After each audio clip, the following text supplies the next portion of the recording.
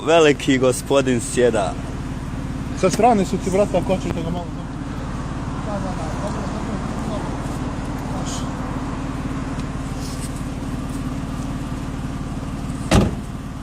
Čekaj, da li penzija ili sport?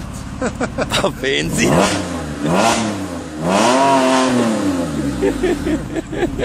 Ali ovo sad... Ovaj polazi četvrtom. Evo sad to četvrtom polazi.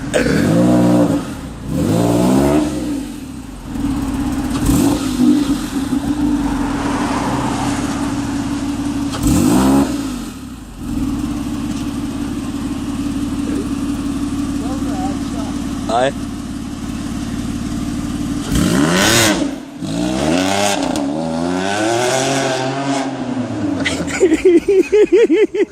Dobro.